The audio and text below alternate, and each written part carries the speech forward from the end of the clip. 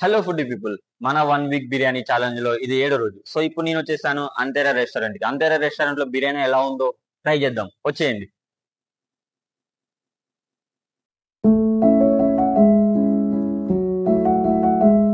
ఇప్పుడే మనం అంతేరా రెస్టారెంట్ లోకి వచ్చేసాం. రెస్టారెంట్ అయితే చాలా అంటే చాలా బాగుంది. అంబియన్స్ అయితే చాలా ప్రీమియం ఉంది. సో ఇప్పుడు మనం బిర్యానీలో ఏది బాగుంటుందో ట్రై చేద్దాం ఒకసారి.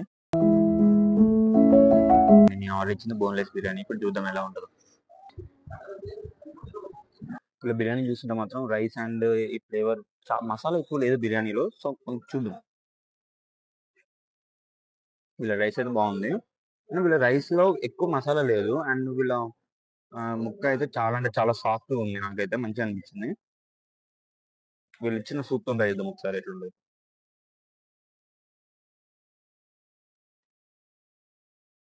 అసలు ఎక్సలెంట్ ఉంది. అన్ని ఎక్సలెంట్. అందరూ అంతేరా అంతేరా అంటారు కానీ అంతేరా అంతే ఏముందా అని వచ్చాను నేనైతే. నాకైతే బిర్యానీ అయితే చాలా బాగా నచ్చింది. నేనైతే ఖచ్చితంగా 5కి 4 అయితే పక్కా ఇస్తాను. నాకైతే బిర్యానీ నచ్చింది.